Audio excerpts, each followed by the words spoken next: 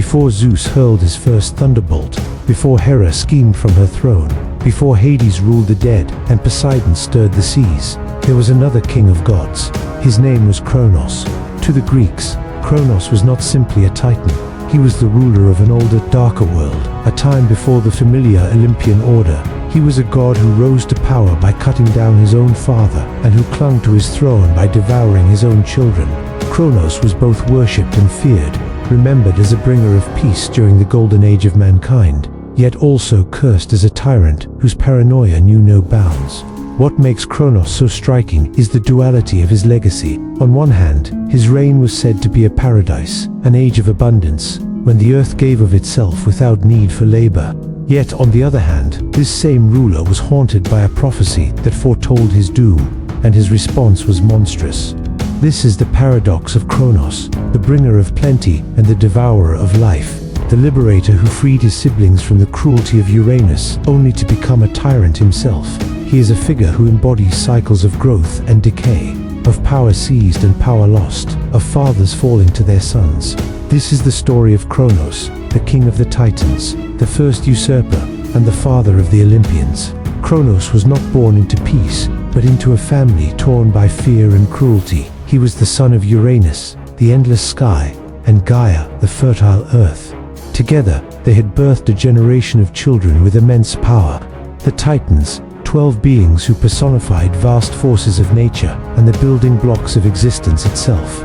But Uranus was not a nurturing father. He looked upon his children not with pride, but with suspicion. To him, they were rivals waiting to take what was his. His paranoia fell most harshly upon the monstrous offspring Gaia had also born. The Cyclopes, each with a single blazing eye, and the Hecatones, towering giants with 100 hands and 50 heads. Uranus found them grotesque and shameful, so he forced them deep into Gaia's womb, sealing them away in the darkness of the earth. This cruelty wounded Gaia. Every time Uranus pressed her children into the abyss, she felt the pain inside her own body. Her sorrow turned to anger, and her anger to resolve. She could no longer bear the oppression of her husband. In secret, she began to scheme. From the primal substance of the earth, Gaia forged a great sickle of unyielding adamant. It was jagged, sharp enough to slice through divine flesh, a weapon unlike any other. Then she turned to her Titan sons. One by one, she asked them to rise against Uranus. One by one they recoiled. None dared to strike the sky, their own father, the ruler of all. But Kronos was different. He was ambitious, calculating, and far less restrained by filial loyalty. Where his brothers hesitated, he saw opportunity. With cold determination, Kronos agreed to take the sickle into his hands. He would do what the others feared, and so it was decided.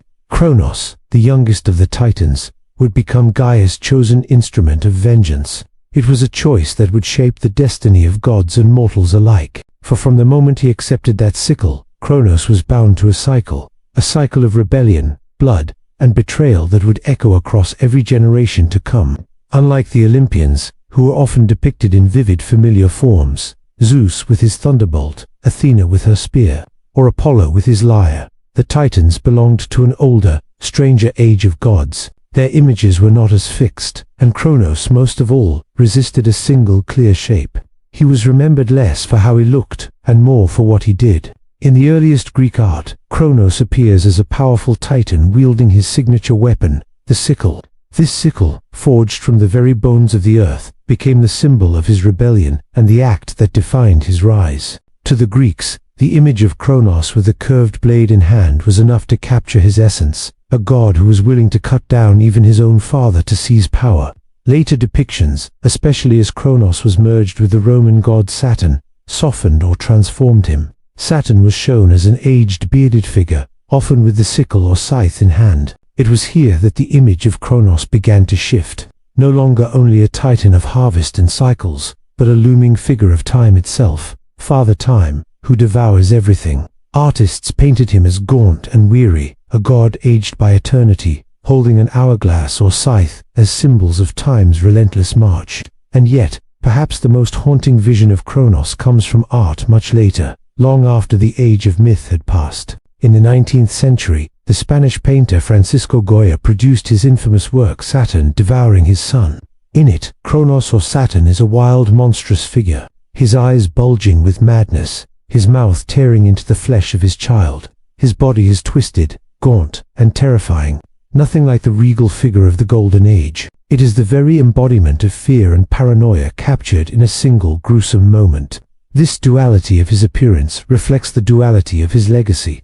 In some traditions, he was seen as a noble ruler of a time of plenty, a god of harvest who brought abundance. In others, he was remembered as the ultimate tyrant, an old devourer driven mad by his own fear. Whether as Titan, Saturn, or Father Time, Kronos' image always circles back to the same truth. Power cannot last forever. Kronos' story is inseparable from the family that surrounded him. He was born into a vast and tangled lineage, one of the youngest sons of Uranus, the sky, and Gaia, the earth. Together, his parents produced not only the Titans, but also stranger, more monstrous offspring, the Oneid Cyclopes and the hunt-handed Hecatones. This sprawling brood became the first true dynasty of divine beings, and Kronos stood at its center. Among the children of Uranus and Gaia, Kronos was not alone. He was one of 12 Titans, each embodying vast and primordial forces that shaped the cosmos. Oceanus, the endless river that encircled the world, remained apart from conflict, and was later remembered as the only Titan not cast into Tartarus.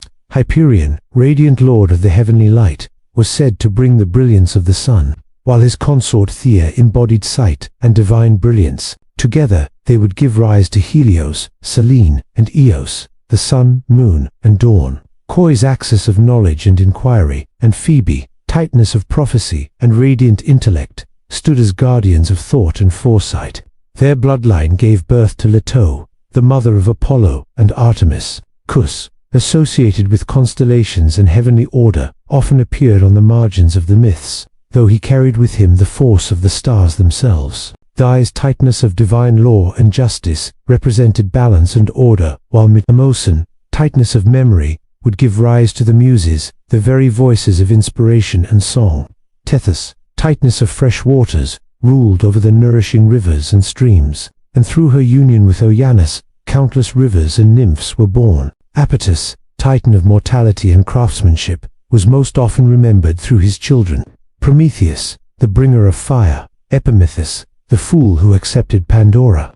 Atlas, who would bear the weight of the heavens, and Minous, struck down for his hubris. Rhea, sister and consort of Kronos, was the queen of the Titans, a motherly figure whose grief would one day reshape the fate of gods and men. These 12 Titans each carried power and legacy, but none rivaled the ambition of Kronos.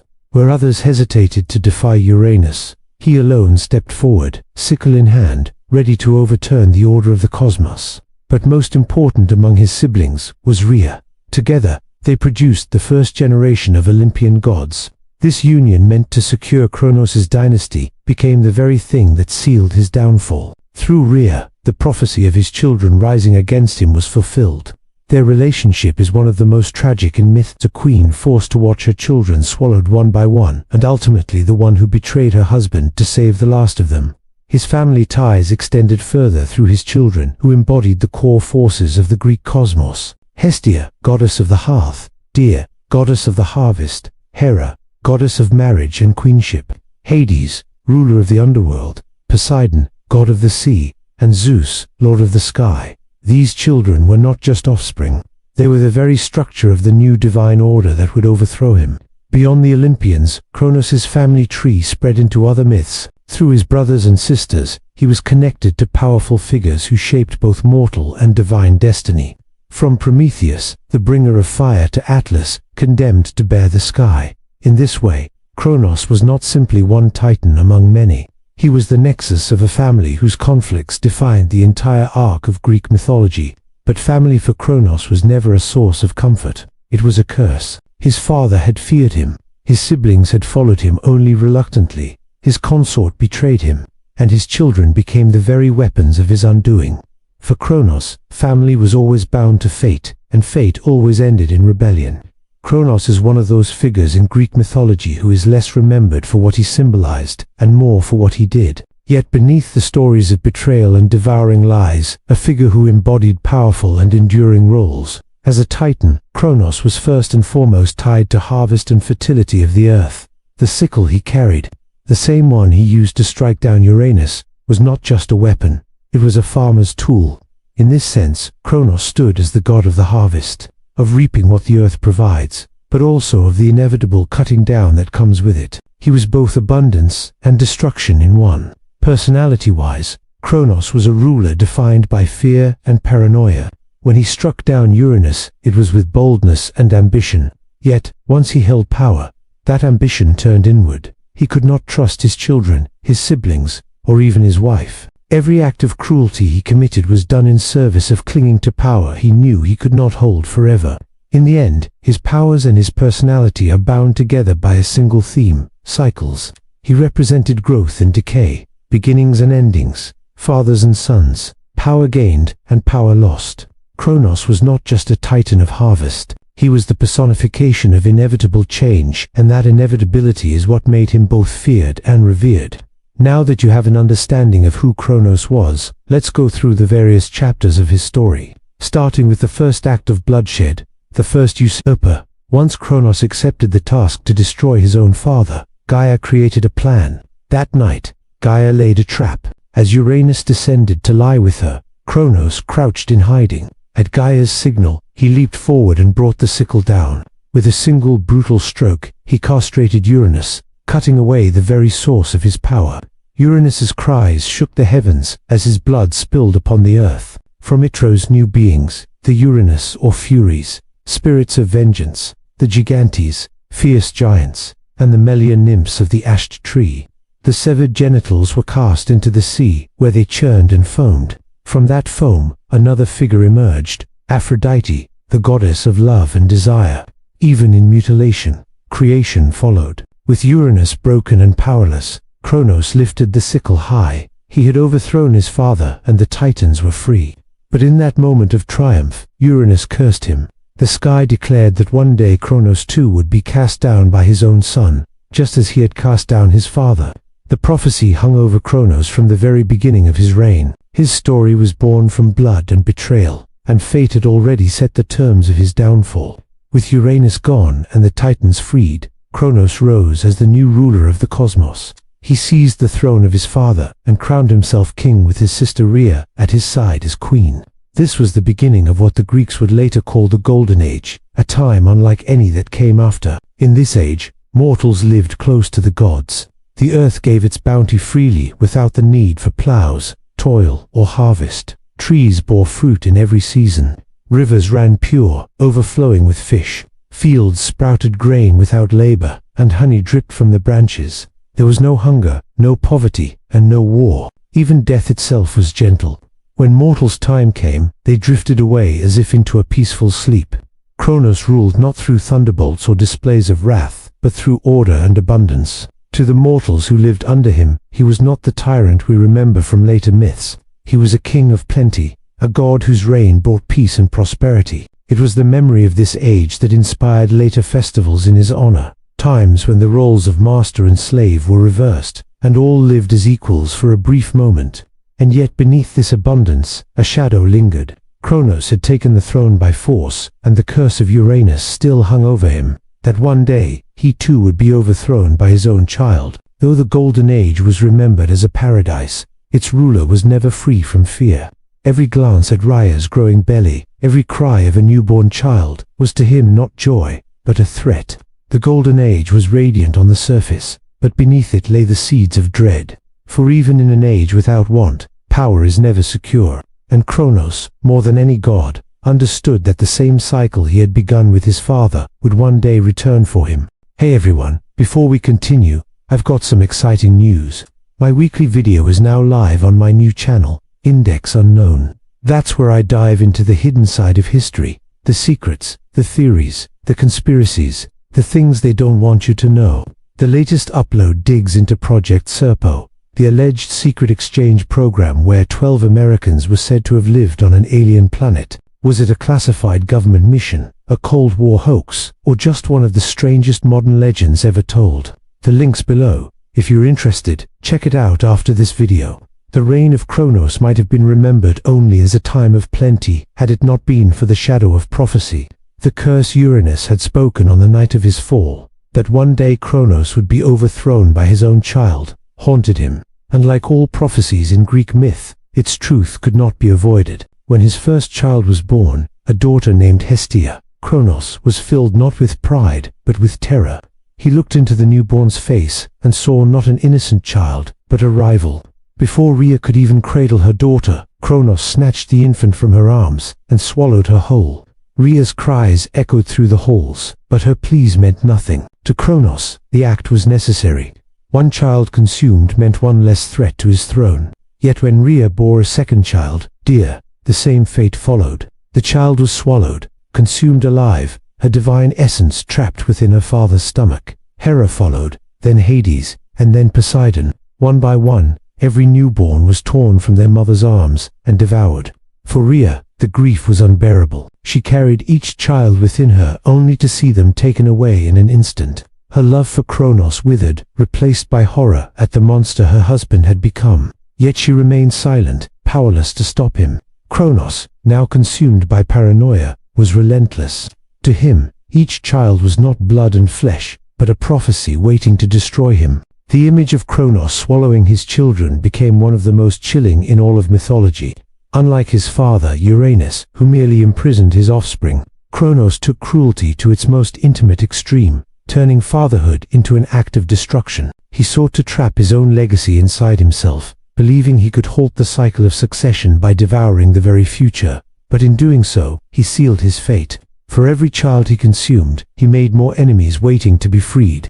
Every act of paranoia only deepened the inevitability of his downfall. The devourer had planted the seeds of his own ruin, and it was only a matter of time before they grew strong enough to break free. By the time Rhea carried her sixth child, she could no longer endure the horror of her husband's cruelty. Her heart ached with loss, and yet she knew the cycle would continue unless she found a way to deceive him. When her labor came, Rhea did not turn to Kronos. Instead, she sought out her mother, Gaia, the earth itself, who had once armed Kronos against Uranus.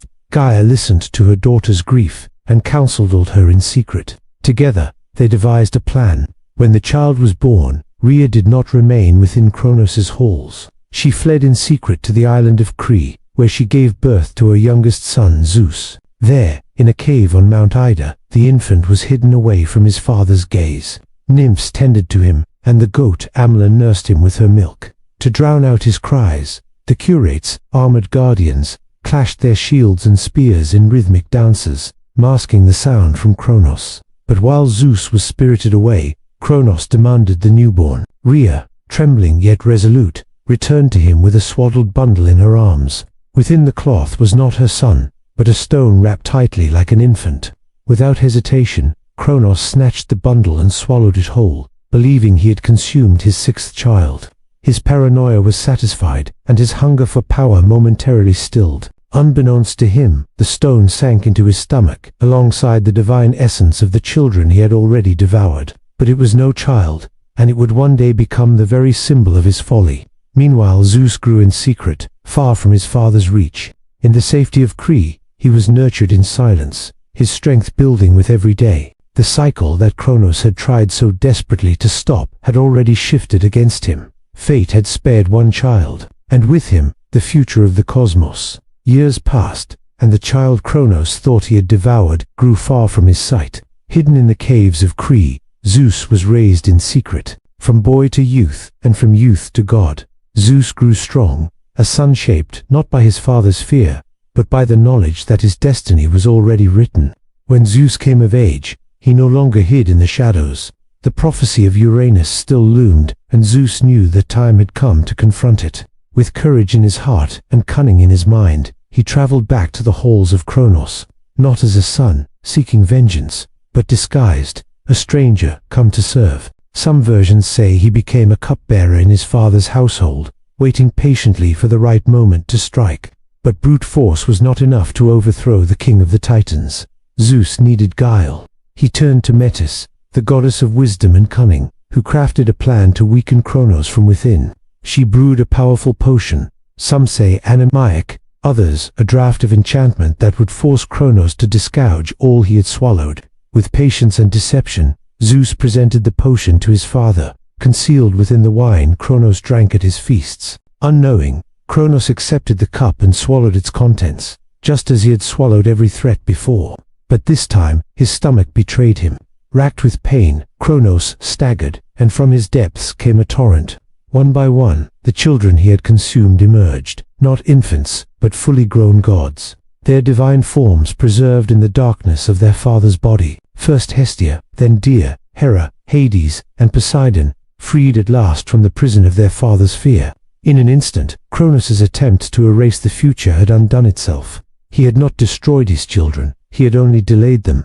Now they stood beside Zeus, their youngest brother, united not only by blood, but by the suffering they had endured. Together they formed a new order, one that would challenge the rule of the Titans. The devourer had become the defeated, and the prophecy was already stirring to life.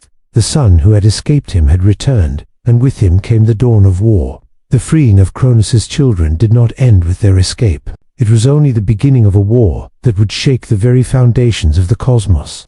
The Titanomachy, the great clash between Titans and Olympians. Kronos, furious and humiliated, gathered his loyal brothers and sisters. The Titans who stood with him were powerful. Atlas, whose strength held up the heavens. Epitus, father of Prometheus and Epimetheus. Hyperion, the god of heavenly light. And Kois, the titan of knowledge. They would not surrender their rule to upstart children. They had ruled since the fall of Uranus, and in their eyes, the Olympians were nothing but pretenders. But Zeus and his siblings were not alone. They sought allies from those their father Uranus had cast into the depths long ago. The Cyclopes and the Hecatones. The Cyclopes, once imprisoned within Gaia, emerged with gratitude for their freedom. To them, Zeus was no tyrant but a liberator. In return, they forged weapons of unimaginable power. For Zeus, the thunderbolt. For Poseidon, the trident that split seas. And for Hades, the helm of invisibility that cloaked him from all eyes. The Hecaton Kaias, towering giants with 100 arms each, also joined their cause, their sheer might turning the tide of battle. The war raged for 10 years, a clash of gods that shook mountains and split seas. The Titans hurled boulders and fire, their voices echoing like earthquakes, while the Olympians struck with thunder, flame, and steel. The ground trembled, the sky tore open with lightning, and the ocean boiled. Mortal men, still young in their age, could only look on in terror as the very elements of the world were torn apart by the war of their creators. At first, the struggle was even. Kronos and his Titans were vast and ancient, their power rooted in the primeval forces of the cosmos. But the weapons of the Cyclopes and the fury of the Hecaton, Kyries, tipped the scales. Zeus hurled his thunderbolts in blinding arcs, splitting the sky as Poseidon struck the seas, and Hades cloaked himself in shadows, unseen and unstoppable. The 100-handed giants rained boulders upon the Titans, breaking their lines. At last, the Olympians triumphed. Kronos and his Titan allies were overpowered, their strength broken, their reign ended.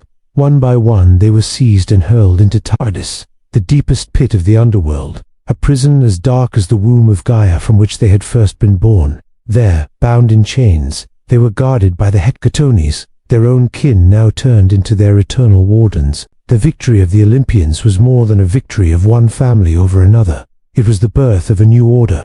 The age of the Titans had ended. The age of Zeus and the Olympians had begun. And yet, for Kronos, this was not the end of his story. His fate after the war would remain a mystery, told in many ways, none of them offering escape from the cycle he had tried so hard to prevent. When the Titanomachy was won and the Olympians stood victorious, the fate of Kronos was sealed. Yet unlike some myths which give their villains a single ending, the Greeks left the destiny of Kronos uncertain, told in shifting versions across regions and traditions. Each ending reveals something about how the Greeks remembered him, not only as a tyrant, but as a symbol of the cycles he embodied. In the most common telling, Kronos was cast into Tartarus with his fellow Titans. There, in the abyss beneath the earth, he was bound in chains forged by the gods themselves. This version paints a grim picture. Kronos, who had once ruled the cosmos, condemned to dwell in darkness forever, his reign erased, his power broken, his hunger never satisfied. But other traditions were more merciful. Some said that Kronos after the war was not chained in Tartarus, but banished instead to the edges of the world. There, beyond the reach of Olympus, he wandered in silence, a dethroned king cut off from his people and his throne. The Orphic traditions offered yet another perspective. In their mysteries, Kronos was tied to the eternal cycles of existence. He was not merely a dethroned ruler, but a force that lingered in the background, part of the endless cycle of birth, death, and rebirth. To the Orphics, Kronos could never truly be destroyed, because time itself, with which he had become so closely identified, cannot be chained. Perhaps the most surprising fate of all came from later Roman influence, where Kronos was identified with Saturn. In these stories, Saturn was not imprisoned, but instead sent to rule in the Isles of the Blessed, a paradise where the souls of heroes dwelled after death. There, Saturn, Kronos, reigned in peace, no longer the paranoid devourer, but a benevolent ruler once again. It was as if the memory of the Golden Age was restored, with Kronos presiding not as a tyrant, but as a gentle king of eternity. These conflicting fates show just how deeply the Greeks and Romans wrestled with Kronos' legacy. Was he the ultimate tyrant, deserving eternal torment? Or was he the ruler of a paradise remembered for the abundance of his reign, rather than the cruelty of his fear? In the end, every version circles back to the same truth. Kronos could never escape his cycle. Whether chained in Tartarus or enthroned in the Isles of the Blessed, his fate was always bound to the turning of time. For all the power of his myths, Kronos has always carried with him a cloud of confusion. Over centuries, storytellers, poets, and philosophers blurred his image, reshaped his name, and sometimes turned him into someone altogether different. One of the most persistent confusions is between Kronos, the Titan, and Kronos, the personification of time. In the earliest myths, these were separate beings, but the similarity in their names caused the two to merge. Soon, Kronos was no longer just the Titan with the sickle. He was imagined as Father Time himself, the devourer not just of his children, but of everything. Time, after all, consumes all things. The sickle became not just a weapon of rebellion, but a scythe of inevitability. Another layer of reinterpretation came with the Romans when they adopted Greek mythology into their own culture. They identified Kronos with Saturn, an old Italic god tied to agriculture and plenty. This softer image gave rise to Rome's most famous festival. Saturnalia was a celebration of reversal. For several days, social roles were overturned, slaves dined as equals with their masters. Gifts were exchanged, feasting filled the streets, and revelry erased the normal order of things. It was a chaotic remembrance of the Golden Age, when all lived in harmony without hierarchy. In Greece, a similar festival existed called the Chronia, also honoring the memory of Kronos' reign. These traditions preserve the paradox of Kronos. To the Greeks, he was the devourer and tyrant, chained in Tartarus. To the Romans, he was a kindly ruler of plenty, remembered with joy and celebration, and through the merging with Kronos, he became time itself, the ultimate devourer who consumes not only his children, but all gods, mortals, and empires alike. The confusion is telling. It shows how deeply Kronos resonated in the human imagination. He could be tyrant, father, king, or time itself, but in every version, he remained inevitable.